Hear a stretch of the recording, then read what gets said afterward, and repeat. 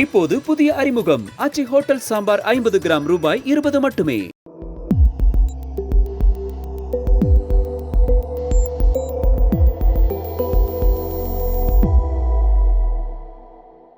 தமிழ்த்தடம் பார்வையாளர்களுக்கு வணக்கம். நடப்பு அரசியல் நிகழ்வுகளை பற்றி பேசுவதற்காக நம்முடன் இணைந்திருக்கிறார் அன்பு அண்ணன் திரு கேப்ரியல் அவர்கள்.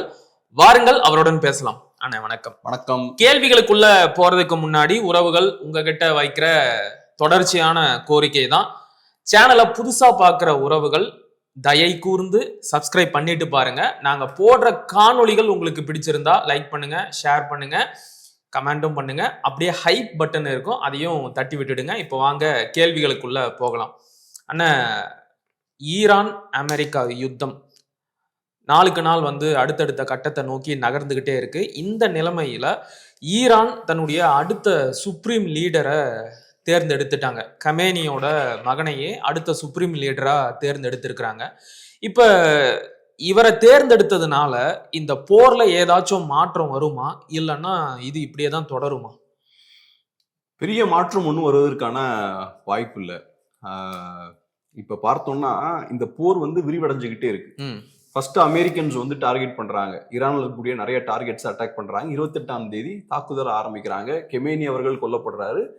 40க்கும் மேற்பட்ட முக்கியஸ்தர்களும் ஈரான்ல கொல்லப்படுறாங்க. ஐஆர்ஜிசி முக்கியஸ்தர்கள், உளவுத்துறை தலைவர்கள், டிஃபென்ஸ் மினிஸ்டர், முக்கியஸ்தர்கள் நிறைய பேரை டார்கெட் பண்றாங்க. அதுக்கப்புறம் ஈரான் என்ன பண்றாங்க, அமெரிக்கா இஸ்ரேல் அட்டாக் பண்றாங்க. அது போக நிறைய கல்ஃப் கண்ட்ரிஸையும் அட்டாக் பண்றாங்க. அதுல அங்க இருக்கக்கூடிய அமெரிக்க தூதரகங்கள், ஐரோப்பிய நாடுகளோட பேஸா இருக்கலாம், நீங்க சொன்னது போல அமெரிக்காவோட எம்பசியா இருக்கலாம், இந்த மாதிரியான இடங்களையும் அட்டாக் பண்றாங்க. குறிப்பா சைப்ரஸ்ல இருக்கக்கூடிய ஒரு பிரிட்டிஷ் பேஸையுமே கூட அட்டாக் பண்றாங்க. Cyprus யூவோட member. ஸோ இப்ப போர் ஸ்டார்ட் ஆகும்போது Iraq versus America and Israel அப்படின்ற மாதிரி இருந்தது. ஆனா இப்ப பார்த்தோம்னா நிறைய பிளேயர்ஸ் உள்ள வர ஆரம்பிக்கிறாங்க. ஸோ இப்ப அது ஒண்ணு. ரெண்டாவது, பொருளாதார ரீதியாகவும் ஒரு அழுத்தத்தை உலகத்துக்கே போடுறாங்க ஈரான் என்ன பண்றாங்கன்னா, ஹொர்மூஸ் ஸ்ட்ரெய்ட்டை க்ளோஸ் பண்றாங்க. Oil and gas infrastructure attack பண்றாங்க. மிடில் ஈஸ்ட்ல சவுதி அரேபியாவில் அட்டாக் பண்றாங்க, குவைத்ல அட்டாக் பண்றாங்க. ஸோ ஆயில் அண்ட் கேஸ் இன்ஃப்ராஸ்ட்ரக்சரையும் அவங்க அட்டாக் பண்றாங்க. ஸோ ஈரானோட ஸ்ட்ராட்டஜி என்னவா இருக்குன்னா, எங்களை காலி பண்ணலாம்னு நினைச்சீங்கன்னா உலகத்துக்கே நாங்க பிரச்சனை கொடுப்போம். சோ அதனால இந்த போர் உடனடியா நிக்கிறது உலகத்துக்கே நல்லது. அதனால எல்லாரும் சேர்ந்து அமெரிக்காவுக்கு அழுத்தம் போடுங்க. குறிப்பா கல்ஃப் நேஷன்ஸ் இருக்காங்க பாருங்க, நீங்க எல்லாம் சேர்ந்து யூஎஸ் மேல அழுத்தம் போடுங்க, இந்த போரை முடிவு கொண்டு வாங்க அப்படின்றதுதான் ஈரானோட ஸ்ட்ராட்டஜியா இருக்கு. சோ ஈரான் எல்லாத்தையும் சேர்த்து நாங்க எழுதிட்டு கீழே போயிருவோம் அப்படின்ற மாதிரி நாங்க விழுந்தோம்னா எல்லாருக்கும் பாதிப்பு இருக்கும், நாங்க பிரச்சனை இல்லாமலாம் போக மாட்டோம் அப்படின்றது அவங்களோட ஸ்ட்ராட்டஜியா இருக்கு. இது ஓரளவுக்கு ஒர்க் ஆகக்கூடிய ஸ்ட்ராட்டஜியும் கூட. ரெண்டாவது, இப்ப என்ன முக்கியமான விஷயம்னா, இந்த ஸ்ட்ராட்டஜில இருக்க பிரச்சனை என்னன்னா, டெம்பரரியா அப்கோர்ஸ் நீங்க எதிர்பார்த்தது நடக்கும். ஆனா லாங் ரன்ல பார்த்தோம்னா எல்லா நாடுகளும் ஈரானுக்கு எதிராக திரும்பிடும். இப்ப நீங்க ஸ்ட்ரெய்ட் ஆஃப் ஹொர்மூஸ க்ளோஸ் மூடினீங்கன்னா இந்தியா பாதிக்கப்பட போகுது, சைனா பெருசா பாதிக்கப்பட போகுது. ஏன்னா சைனாவை பொறுத்தளவுல பெரிய அளவுக்கு எண்ணெய் ஸ்ட்ரெய்ட் ஆஃப் ஹொர்மூஸ்ல இருந்து தான் வந்துட்டு இருக்கு. ஈரான்ல இருந்து உள்ளதுலயே அதிகமா எண்ணெய் வாங்குறது சைனா தான். ஏறக்குறைய 97% யுரேனியன் ஆயில் சைனாக்கு தான் போயிட்டு இருக்கு. 90 to 97% சைனாவுக்கு போய்கிட்டு இருக்கு.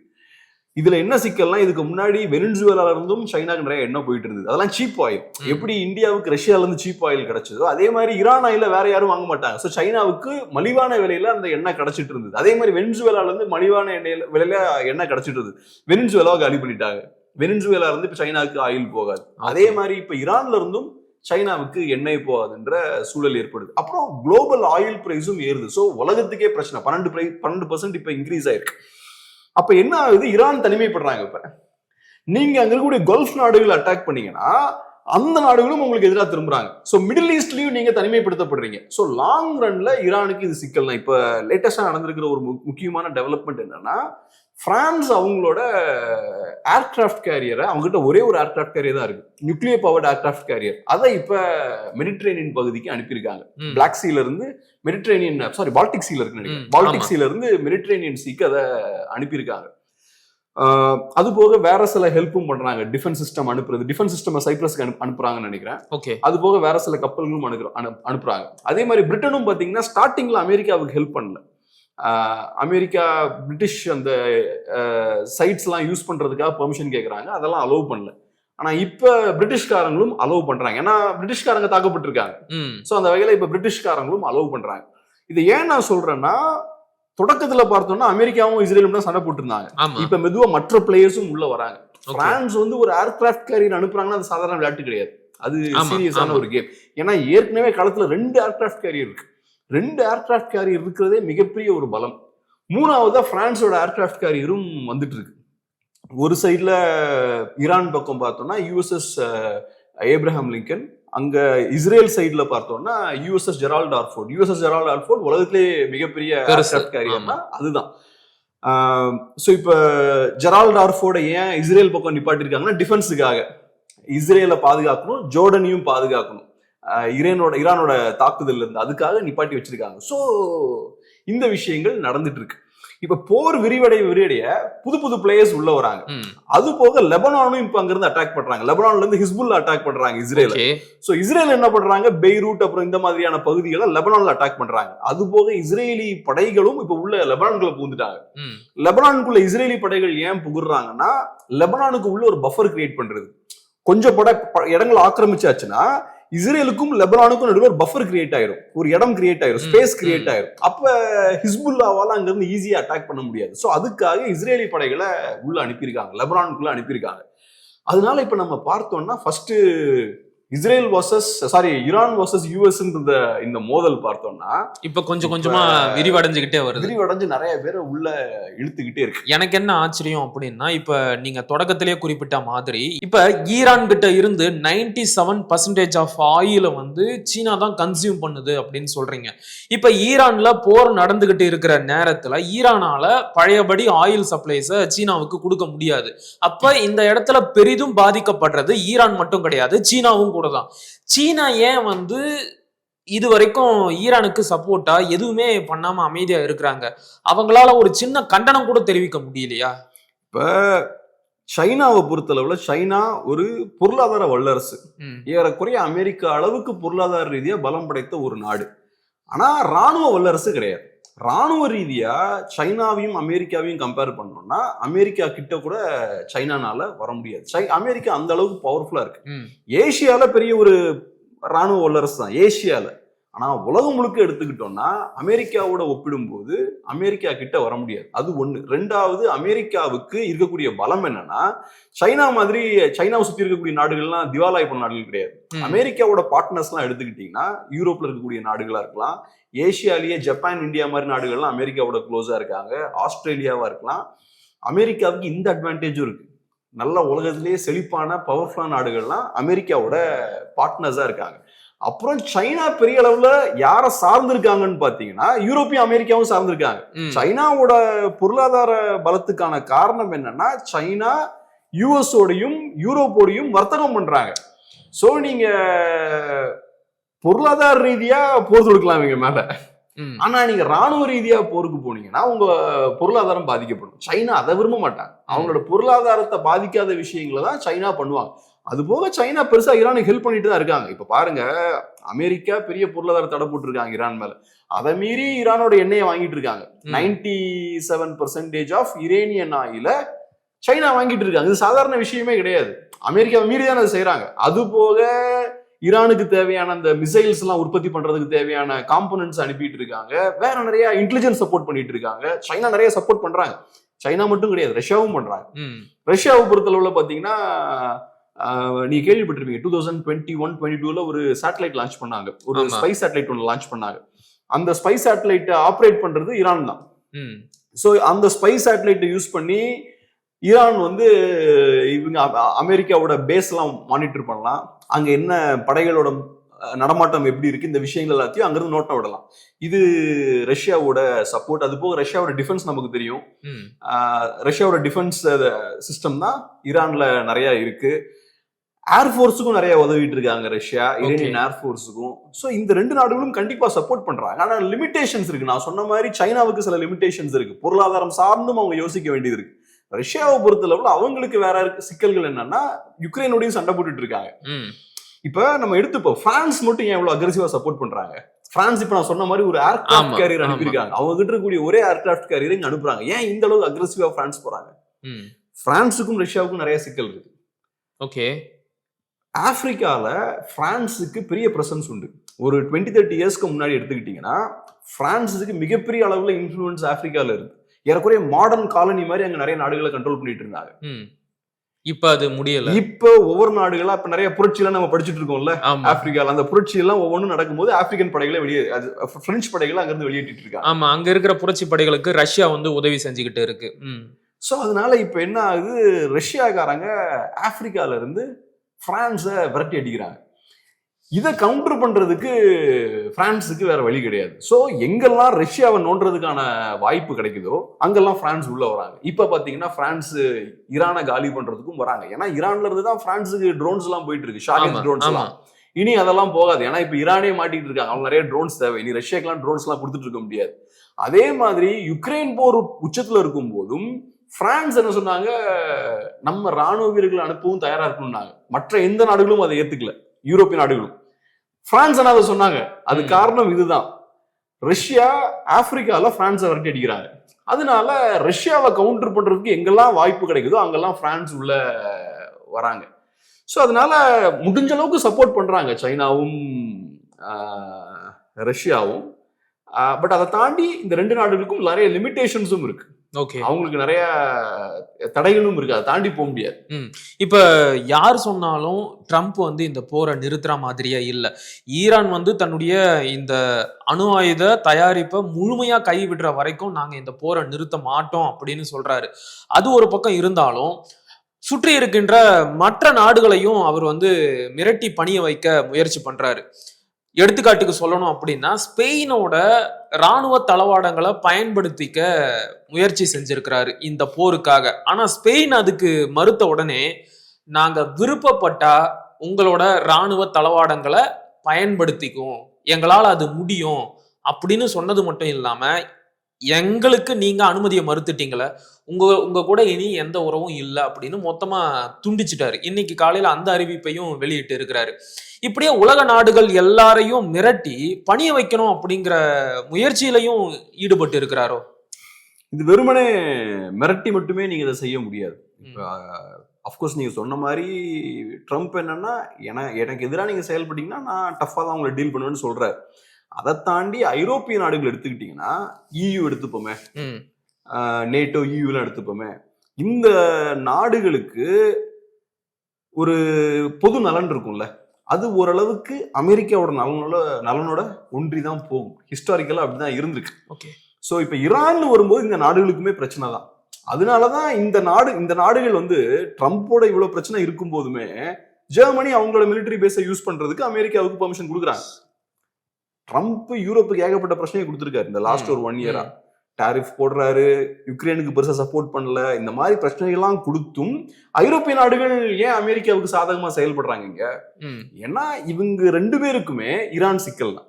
ஓகே, ஐரோப்பிய நாடுகளுக்கும் ஈரான் சிக்கல் தான், அமெரிக்காவுக்கும் ஈரான் சிக்கல் தான். அதான் நான் சொல்ல வரேன், ஓரளவுக்கு இந்த 2 குரூப்போட நலன் இருக்கு பாருங்க, அது ஓரளவுக்கு பொருந்திதான் போகுது. அதனாலதான் அலோவ் பண்றாங்க. ரெண்டாவது, அமெரிக்காவை பொறுத்தளவுல இது எந்த அளவுக்கு நீண்ட நெடிய போரா போகும்னு தெரியாது. ஆனா ரொம்ப பெரிய நீண்ட நெடிய போராலாம் இருக்கிறதுக்கு வாய்ப்பு இல்லை. இது ரொம்ப ஹை இன்டென்ஸ் வார்.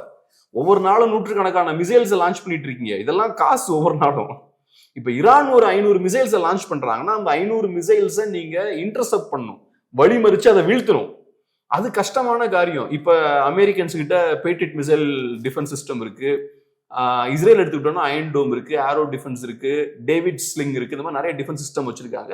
அமெரிக்கன்ஸ் வேற நிறைய டிஃபென்ஸ் சிஸ்டம் இருக்கு. இப்ப பேட்ரியட் டிஃபென்ஸ் சிஸ்டம் ஒரு மிசைலை யூஸ் பண்றாங்கன்னா, ஒரு ஏவுகணையை யூஸ் பண்றாங்கன்னா, அதோட விலை $2 to $4 மில்லியன், $6 மில்லியன் வரைக்கும் போகும்.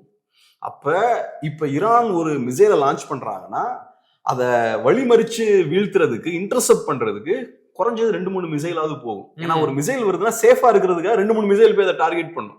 சில நேரம் ஒரு மிசைல் கூட போகும், சில நேரங்கள்ல 10 மிசைல் கூட போகும் ஒன்னு இன்டர்செப்ட் பண்றதுக்கு. ஒரு மிசைலை வளைச்சு பிடிச்சு சேஸ் பண்ணி 10 கூட போகும். ஒரு ஆஸ்திரேலியன் நியூஸ் சேனல்ல பாக்குறேன் 11 மிசைல்ஸ் ஒரே மிசைல தேடி சுத்தி போகுது இன்டர்செப்ட் பண்றதுக்கு, அதை வழிமறிச்சு நிறுத்துறதுக்கு. அப்ப யோசிச்சு பாருங்க, ஈரான்காரன் ஒரு மிசைலையோ ஒரு ட்ரோனையோ லான்ச் பண்ணிடுவான், நீங்க 1ல இருந்து 5 மிசைல் வரைக்கும் வேஸ்ட் பண்ணுவீங்க. அதுக்கு ஒரு லிமிடேஷனும் இருக்கு. லிமிடேஷன் இருக்கு. உங்ககிட்ட மிசைல்ன்றது எண்ணற்ற அளவுக்கு தோட்டா மாதிரி வச்சிருக்க மாட்டீங்க. அது விலை அதிகம். நான் சொன்ன மாதிரி 2 மில்லியன்ல இருந்து 10 மில்லியன் வரைக்கும் இருக்கும். ஏரோ டிஃபென்ஸ் சிஸ்டம்ல இருக்கக்கூடிய மிசைல்ஸ்லாம் ரொம்ப விலை அதிகம். அயன்டோம் பொறுத்தளவு அது ஷார்ட் ரேஞ்ச் மிசைல்ஸ் தான் அதுல இருக்கும். ஆனா ஏரோ டிஃபென்ஸ் எல்லாம் எடுத்துக்கிட்டோம்னா லாங் ரேஞ்ச் மிசைல்ஸ் அதுல இருக்கும். அதோட ரேட் ரொம்ப அதிகம்.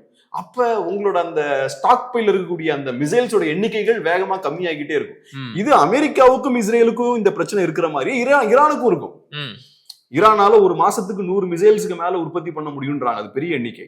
ஒரு மாசத்துல 100 மிசைல்ஸ்க்கு மேல ஈரான் மாதிரியான ஒரு பொடி நாடு உற்பத்தி பண்ணுதுன்னா பெரிய விஷயம். ஆனா லிமிடேஷன்ஸ் அதுலயும் இருக்கு. கண்டிப்பா உங்ககிட்ட ஒரு 2000-3000 மிசைல் இருக்குன்னா டெய்லி 200-300 மிசைல்ஸ் போச்சுன்னா எல்லாத்தையும் நீங்க காலி பண்ணிட முடியாதுல்ல.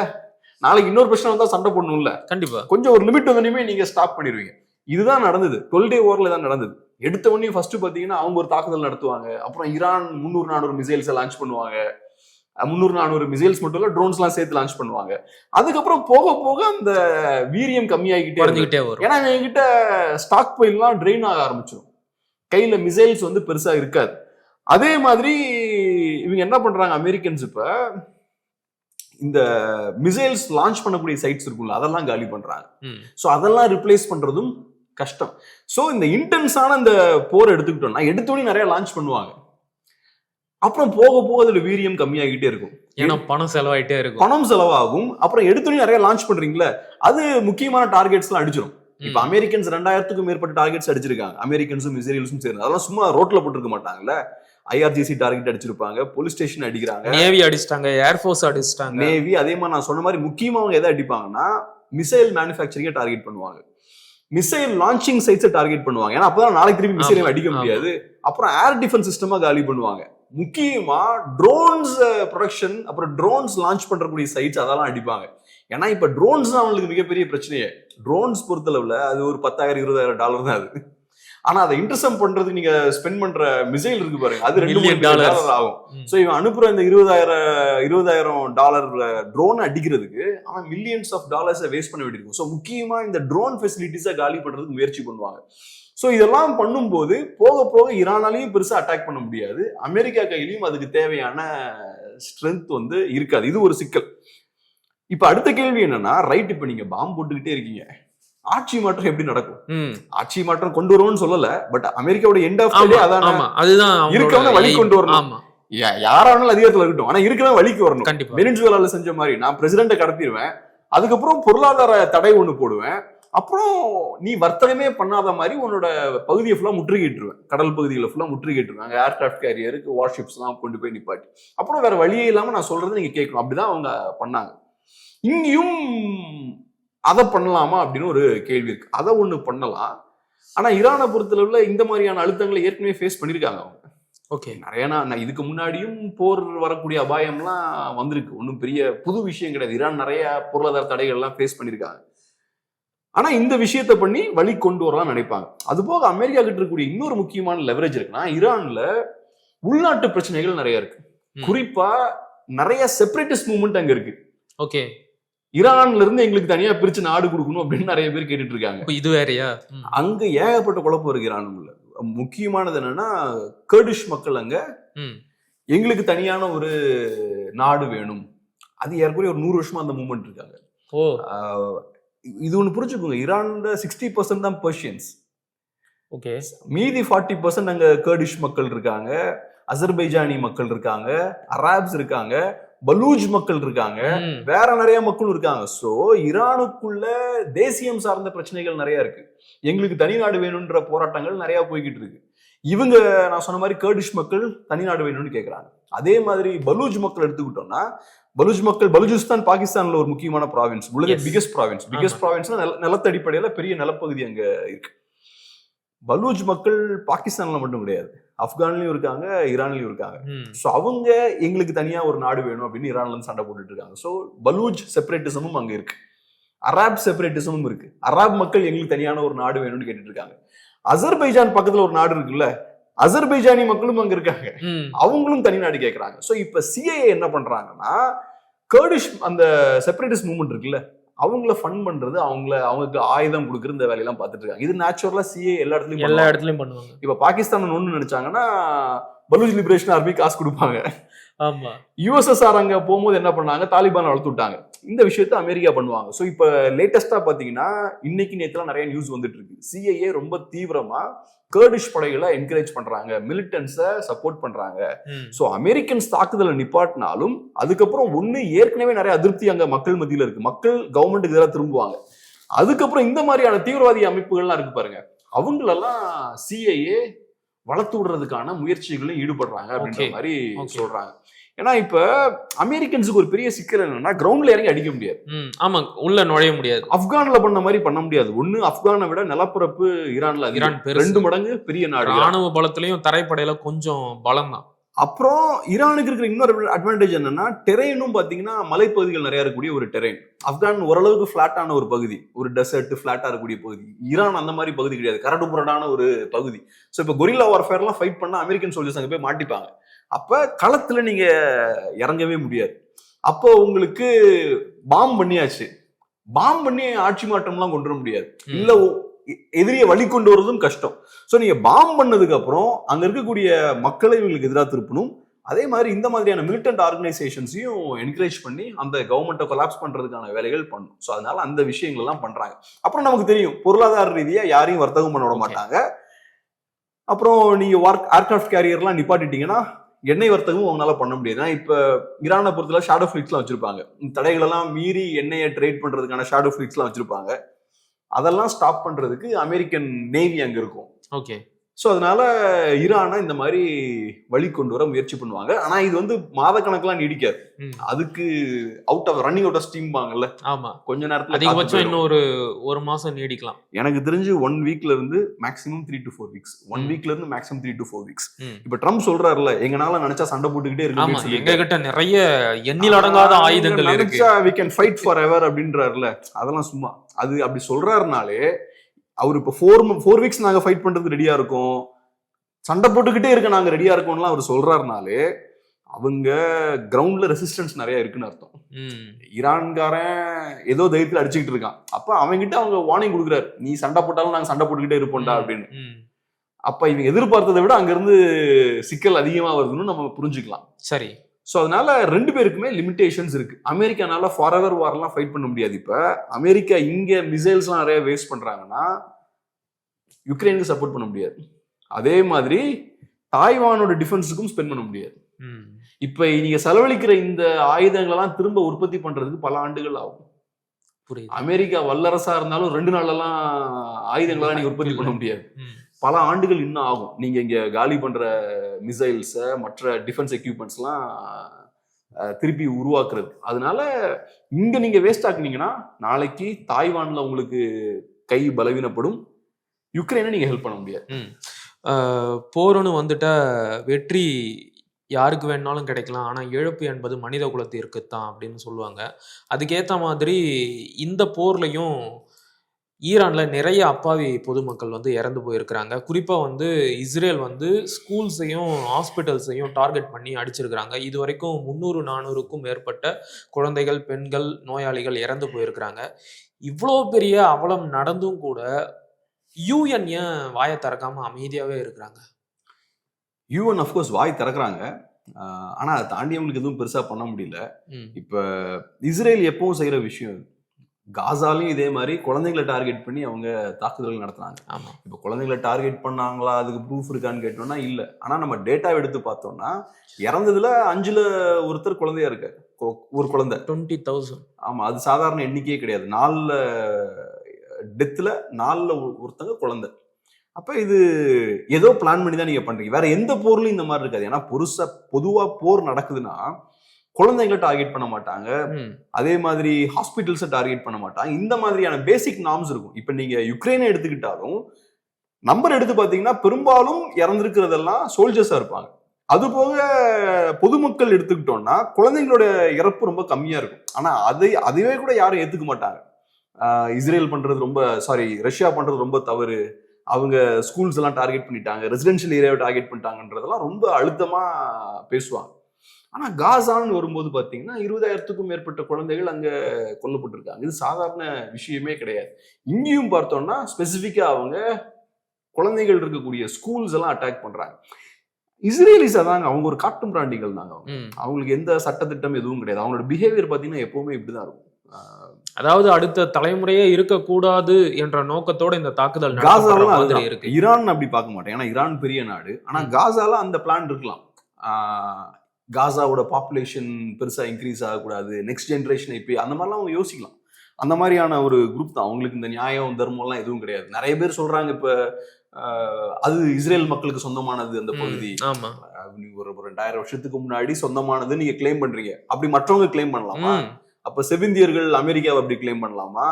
அப்ப தமிழர்களுக்கு வேற நிறைய பகுதிகள் முன்னாடி இருந்திருக்கும் 2000 இயர்ஸ்க்கு முன்னாடி, அப்ப நம்ம கிளைம் பண்ணலாமா? அந்த பிரிவிலேஜ் என்ன இஸ்ரேலுக்கு மட்டும்தான் இருக்கா? நம்ம தமிழ்நாட்டுல தேசியம் பேசிட்டு இருக்கோம். அப்ப பாலஸ்தீன மக்களுக்கும் அந்த உரிமை இருக்கு. கண்டிப்பா அந்த மண் அந்த மக்களுக்கு சொந்தமானது.